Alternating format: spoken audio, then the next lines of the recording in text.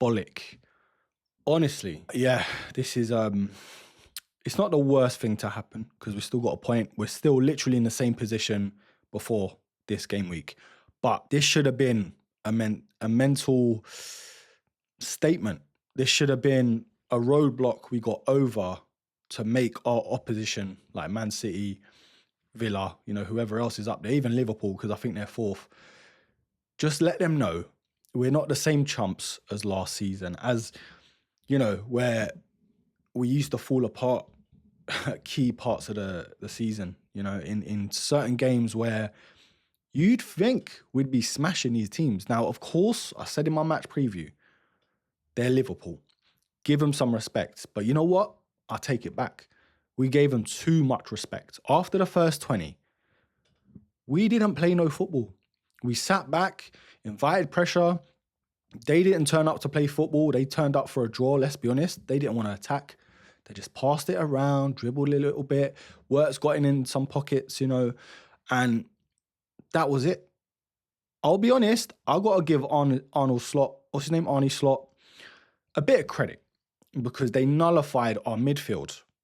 Odegaard, Declan Rice, Zubimendi. They played like a cube, like a square of midfielders. So Botzlai, McAllister, works in that sort of false nine, and Grafenberg, whatever his name is. They literally, it was literally like a square.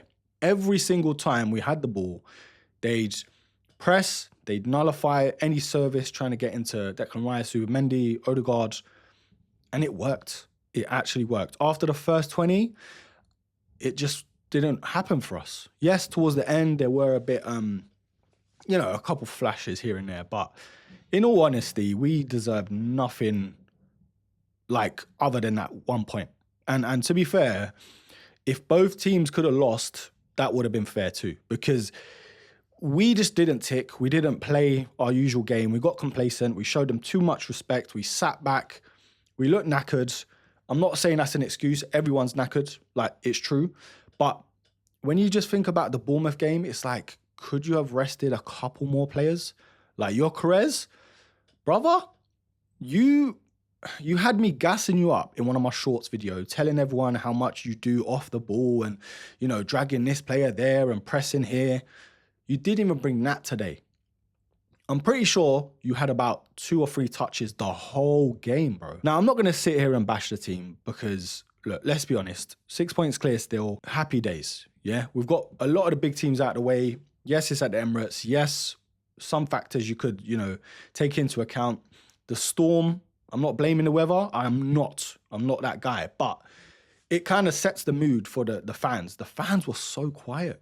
Like the first 10, 20, like I said, buzzing. After that, library, as they call us, but as they call it Emirates. It was weird. It was just such a weird game, a weird evening. And I think we needed a little slap, a little reality check.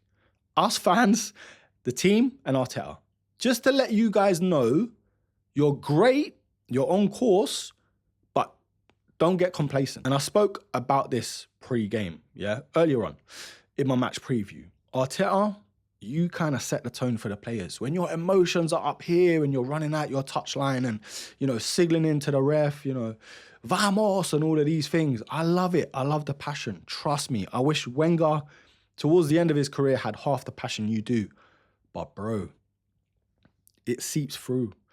Your own team gets nervy, don't want to make a mistake. They're just like, all these things just seeps through from the manager downwards, And he got a yellow card. And I said, everyone, touchline and on the field, needs to keep calm. Don't let the emotion get to you. Like, imagine we're only 2 points clear, 3 points clear. It's just these things you have to factor in. And we've been here before. That's the annoying thing. Once us fans start piping up and getting confident and cocky and, start laughing at other teams, we get a little hit. We get a little jab just to be like, all right. Just simmer down, bruh. Simmer down, because football can humble you real quick. But look, we're going to go through the stats before we dive into what the players did or didn't do. 0-0, of course. We had 8 shots to their 7. We had 4 shots on target. Did we? I don't know when that happened. And they had none. They had 53% possession to 47. They had 513 passes to our 433. And yeah, the pass accuracy, we had 90, they had 89. And we only had 3 corners, which was kind of wasteful. I mean, the one at the end looked like, oh my God, is this one of them moments in the season that you're just like, destiny? Like it's just meant to be. But it was just a mix-up with Jesus and Gabriel. And it's unfortunate because I just bought Gabriel on my team. And yeah, but we got the clean sheet. And if we lost this match, I'm not going to lie, it wouldn't have been the end of the world again. But it would have been like, ooh, like, could this be where the wheels fall off? And yeah, look, let's just keep on track, man. We've got Carabao Cup, FA Cup to worry about. Let's just reset, forget about, you know, the Premier League for just a second, rest some key players, bring players in to get their mojo going. You know, Madueke, Eze, like, yes, they came on, it looked promising.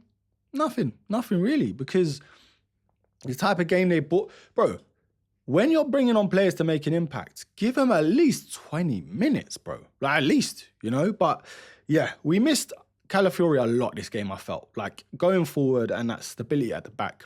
Frimpong is no joke, bro. Once he's in behind, just like my hairline, he's gone. So, yeah, look, I can nitpick and pick and dissect and all these things, but you know what? We just got to keep it moving, man. Who we got next? I think Portsmouth on the weekend, I think. And then Chelsea midweek, yeah. So there's no stopping. And this can't be one of those blips. It just has to be a reality check, a moment to be like, bro, keep your head, keep going, keep pushing. Arteta, rotate a lot more. You know, you got to pick your matches where certain players need to come in. Norgard should have been playing against Bournemouth, you know. All these sort of things, you just look back at and think, coulda, shoulda, woulda. You know, one of those things. But look, I'm not going to go too hard on the players. Martinelli, honestly, that was a bit like, oh, come on, bro. Like, as much as I wanted him off the pitch, that could potentially be like a season finisher, like an ACL or an ankle breaker. But it is what it is. Gary Neville, though, bro, you need to chill out. Who you calling an idiot, bro? Relax, bro. Relax. But anyway, it is what it is. Let me know your thoughts down below. What could we have done differently? I think we could have changed up the shape a little bit more. Maybe, you know, introduced a forward on for a Zubimendi or Rice. And I know we would have been overran in the midfield even more than we did, but it pushes them back. It makes Van Dijk and Konate and Grafenberg, you know, gives them something to think about a bit more. And I think that's maybe something we could have done. And made the changes a lot sooner, man. Trossard really didn't have much to do, or didn't do much, I should say. So, yeah, Miles Skelly, you're a wicked player, wicked guy, but you just looked out of your depth. You didn't look like you wanted to come on today. And I felt that Frimpong had the better of you. And in Capier, as much as that was a good battle, you know, back and forth, yeah, we just missed Calafiori.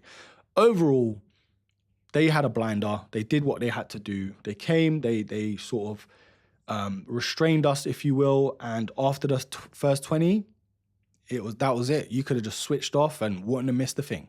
Saka, again, man, the first 20, you were my captain at FPL.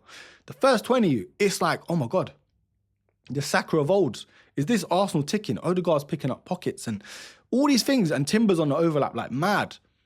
And then it just, like that, it just got zapped. Everything was zapped. I don't know what happened. It's just one of those things where I don't know. It's just one of them things, isn't it? Like that classic saying. But look, I'm not worried. 4 wins at the last 5. We're sitting 6 points clear. Villa's there too with the same points as City, but their goal difference is 9. Yeah, so we got Forest away on the 17th in the Prem. Portsmouth on Sunday. Like I said, Chelsea. Nottingham Forest, Inter Milan, then United away.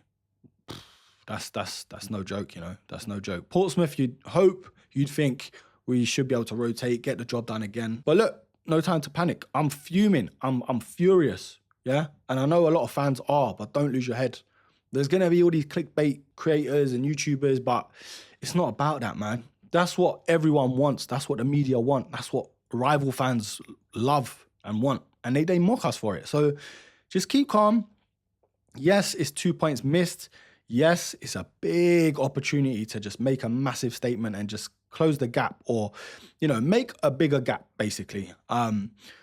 But at the same time, the last 5 results, we would have taken it. Around Christmas time, I mean, come on, the way we were playing, or not playing, rather, I think it's all about the mental game now. As much as we have ability, and we do have a lot, we just have to keep this calm. Anyway, as much as Liverpool did great for what they came and set out to do, we just have to learn from it. You know, we have to keep it moving, keep it ticking, and just plan A, B, and C. I feel like we have a plan A, but the B is kind of like, if you feel like it, boys, if you feel like it. But yes, as always, like, comment, share, subscribe. Gooners, keep your head. That's all we got to do. And then we're there, the finish line, okay? But yeah, and I'll catch you in the next one. Peace.